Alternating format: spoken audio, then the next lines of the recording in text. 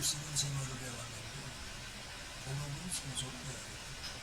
그러니 소설을 쓰면서 역사가 필요해서 공부하다 보니까 다른 사람이 공부하지 않는 역사 부분을 공부를 하게 됐어요. 그래서 그 부분을 오늘부터 제가 이야기를 하려고 합니다.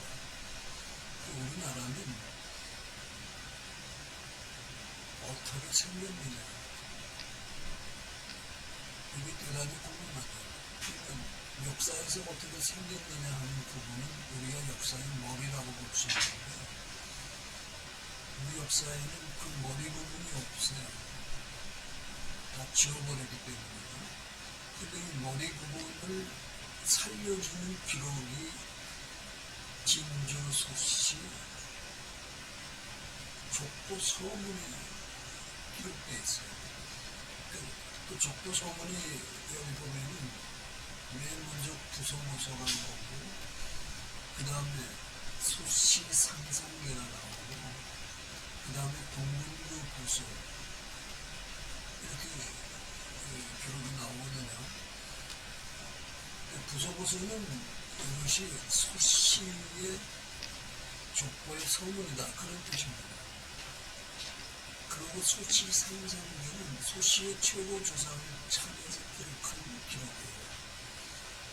그 다음에 동군부 보시면 동군부는 소시들의 나라 이름으로 볼 수 있는 거죠. 그러니까 동군이 소시들의 나라인데, 그 소시들의 나라를 다른 말로 얘기하면 그 나라 이름이 우리가 말하는 번조선이라는 말로 얘기할 수가 있어요. 그러니까 이 세 개의 서문 가운데 우리나라에서 제일 먼저 생긴 나라 한국의 역사가 기록되어 있습니다. 그 한국 역사의 기록을 지금부터 해석을 하면서 얘기를 하려고 하는데, 그 해석을 하면 놀라운 얘기들이 나와요. 그러니까 한국은 누가 생겼느냐 할 적에, 첫째는 후미족이라고 하는 부족하고, 다음에는 조이족이라고 하는 부족도 부족이 만나서 결혼을 해서 그 후세들이 생기고, 그리고 나라가 생깁니다. 그 나라 이름이 한국이에요. 근데 왜 한국이냐? 한국이라고 하면 그렇게 얘기를 하냐고, 왜 한국이라고 하느냐? 우리 조상들이 처음에는 한국이라고 발음했어요. 근데 이 한이라는 문자가 그 진화인들한테 넘어가면서 한이라는 이름으로 발음이 되기 시작해요. 우리는 전부 지금 한국이라고 발음하지 않고 한국이라고 발음하거든요.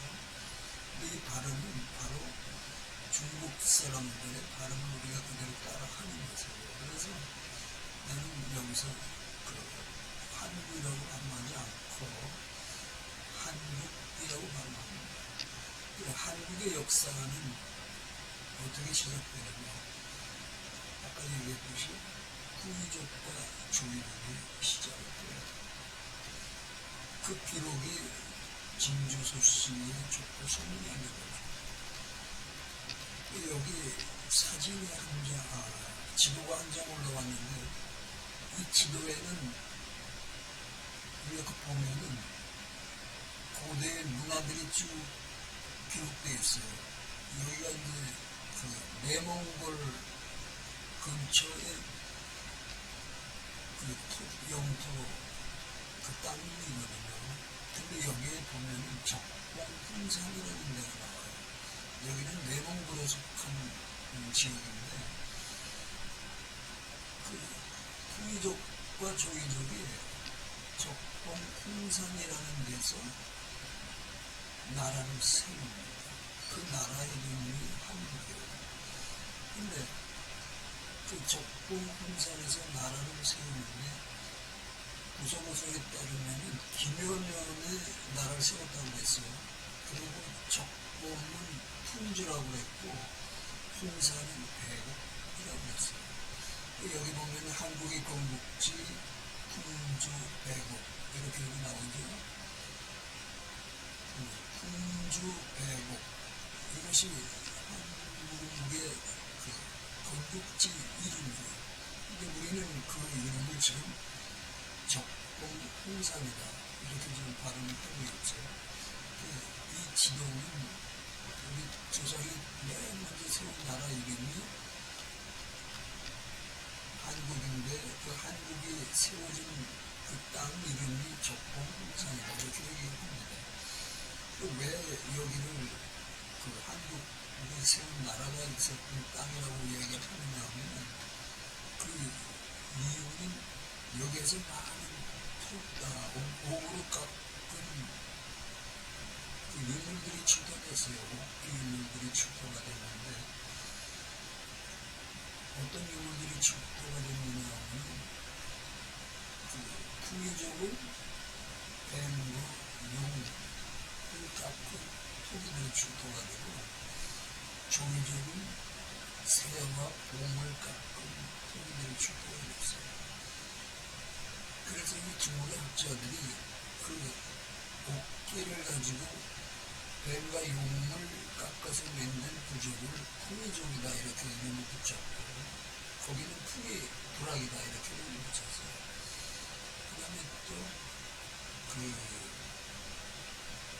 곰으로 새와 곰을 깎아 만든 그 부족 이름을 조이족이다 이렇게 부르고 조이족이 살던 마을을 조이부락이다 이렇게 이름을 붙였습니다. 그래서 우리 조상은 두 개의 인종, 즉 풍의족과 조이족이 세운 나라다 이렇게 얘기를 할 수가 있어요.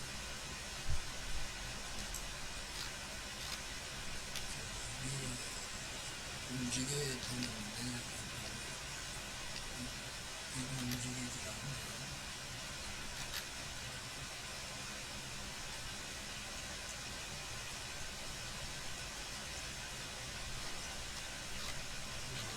이쪽에서 움직여요. 자, 그럼 그 풍의족 가운데에서 어느 분이 나라를 세웠냐 하는 것이 이 부서부서에 기록되어 있습니다. 자, 보세요. 부서부서에 풍의족의 나라를 세운 분은 아주 굉장히 긴 인물이 있어요. 자, 처음에 이분을 어떻게 호칭하느냐 하면 적재라고 호칭해요. 그 적재는 뭐냐면 남방의 신이다 이런 얘기죠. 남방을 적자로 표현했어요. 그러니까 우리는 적자를 써서 남방을 표현하는데 지난주에는 적자를 쓰고 홍자를 씁니다. 그래서 적자를 쓴 거는 우리의 문자로 해석할 수 있고 홍자를 쓰는 중국 애들은 문자로 해석할 수 있어요. 그 다음에 휘는 그 사람이 죽은 다음에 붙이는 시온인데 하는 천지의 시온은 복해로 나와 있어요.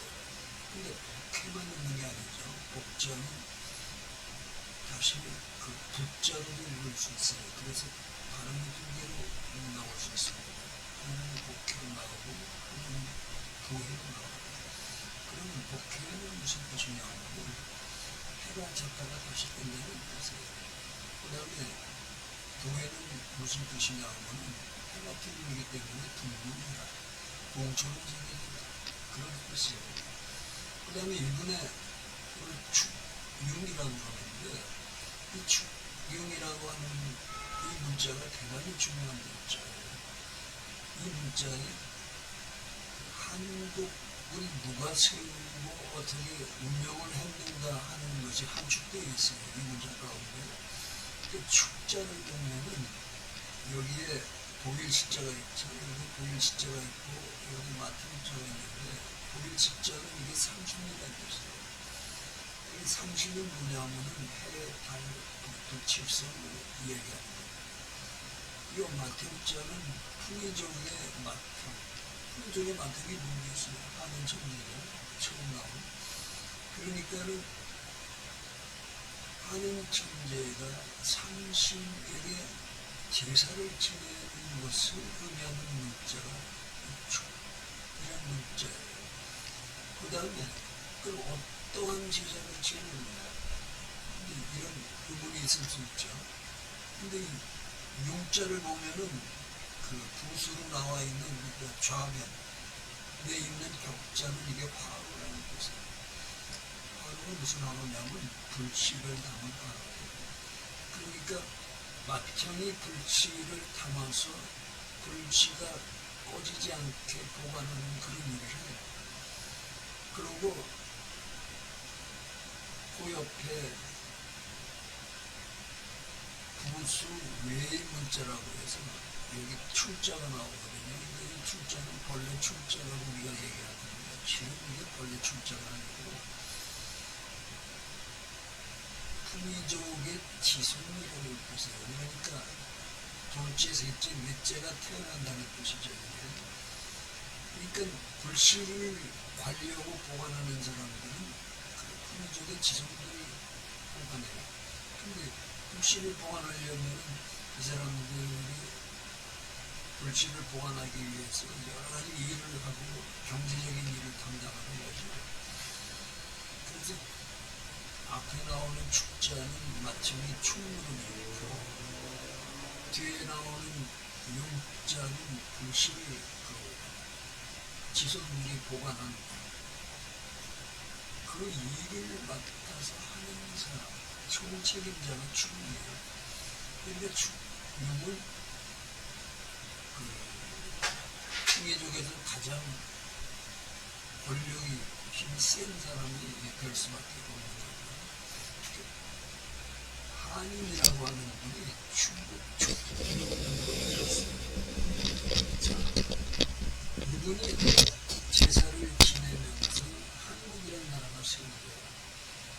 그러니까 이 한자를 보면 여기 부수에 나무 목자가 들어가고 부수의 문자에 이 한일자가 있고 남일자가 있고 또 한일자가 있는 이 세 문자가 복합이 돼가지고 그 다음에 이것이 이제 한자로 발음하게 되거든요. 전체로. 근데 이 발음에서 이제 우리가 찾아야 될 것이 어떤 얘기냐면 남일자가 과연 진짜 해냐 이런 얘기가 나올 수 있죠. 근데 남일자는 해가 아니에요. 이거는 품위족을 의미하는 문자예요. 그러니까 뱀의 뜻을 가지고 있죠. 여기 한번 쭉 이렇게 보면은 뱀에 대해서 어떤 문자가 나와 있는지 한번 볼까요?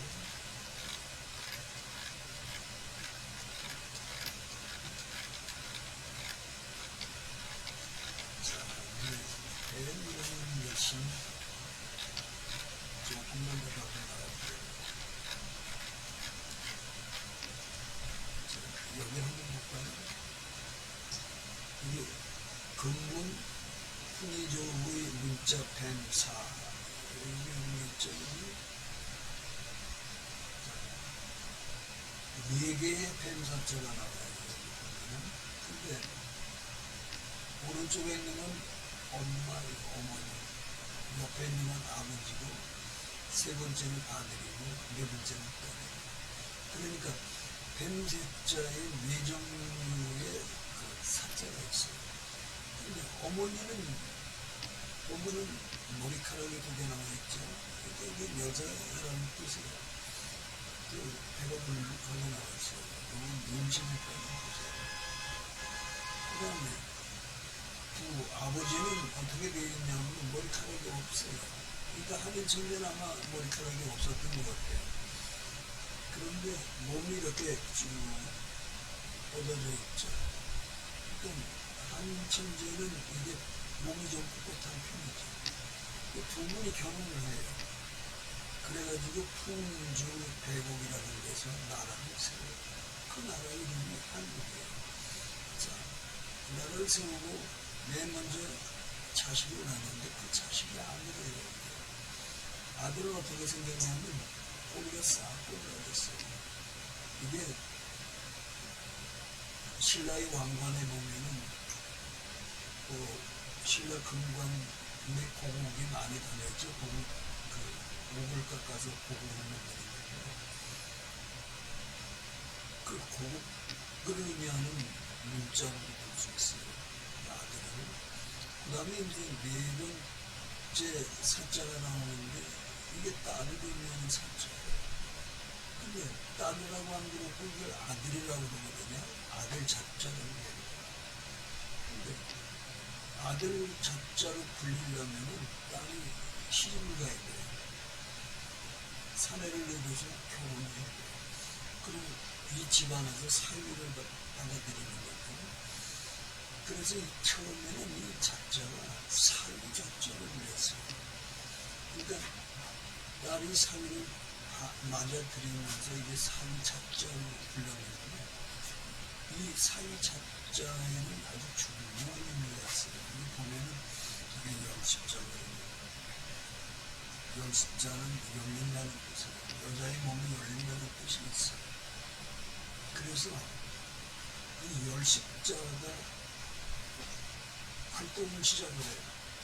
그것이 천부경에 나오는 이 10, 5, 6, 3 이런 문자를 생성해내는 이렇게 문자를 생성해내는 것을 우리가 뭐라 그러냐면 가차문자라고 해요. 그러니까 진짜 문자가 아닌 가짜 문자를 만드는 거예요. 진짜 문자를 가지고 근데 이제 천부경에서 그런 게 나오기 시작해요. 우리나라의 천부경에 대한 기록이 소조경전 본 제5편이라는 데 기록이 나와요. 무슨 기록이 나오냐면 이미 한인 천부 시대에 천부경이 구전이 되었다 이렇게 나와요. 그러니까 이러한 아들 자자 문자가 생겼기 때문에 여기서 가차 문자들이 나오면서 천부경이 만들어지는 거예요. 그러니까 이 사자는 달리 말하면 한인 천재가 일부 최초로 발명한 문자다 이렇게 볼 수가 있죠. 한인 천재는 뱀사자 하나만 발명했어요. 근데 한홍천왕은 문자 몇 개를 발명한 세종대왕은 문자 몇 개를 발명하느냐 하면 28개를 발명해요. 근데 한인 천재는 문자 하나만 발명해요. 뱀사자에서 모든 한자가 시작합니다. 자, 요거 이제 뱀사자가 어떻게 진화를 하는가를 그 옆에서 볼 수 있어요. 뱀사자가 요 위에 보면은 여기 파자가 나오거든요. 그리고 이쪽에 보면은 요 머리하고 꼬랑지가 있는데 이것이 이제 뱀사자예요. 그러니까 뱀사자에서 이 한 부분을 떼어내야 한 부분을 없애버려요. 그럼 이게 기자가 되거든요. 그러니까 뱀사자에서 가차문자로 기자가 나와요. 그리고 성이 기성이라는 성이 돼요. 그 기성은 추경에서 나왔기 때문에 추경 한인에서 나왔기 때문에 추경 8성에 들어가는 성이 돼요. 그러니까 한인에서 8개의 성이 만들어지는데 그 8성 가운데 하나가 기성이죠. 그리고 그 다음에 그 사자에다 눈을 하나 그어요. 그리고 파자로 말해요. 근데 이것은 용이라는 뜻이에요.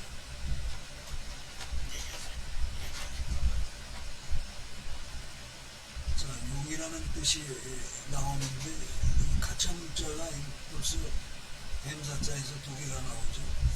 기성이 나오고 용을 뜻하는 파자가 나와요.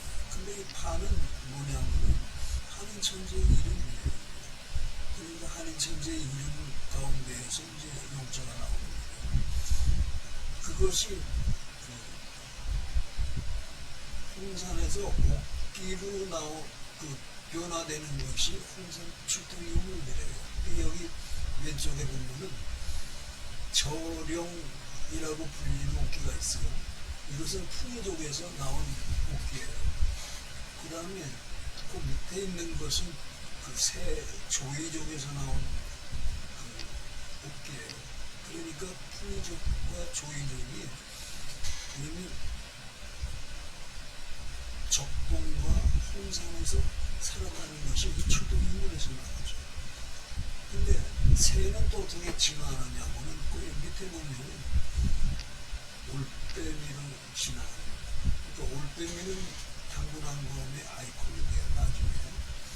그래서 이게 대단히 중요하다 이렇게 볼 수가 있죠. 그리고 올빼미 위에는 여러 형태의 그 용들이 나와요.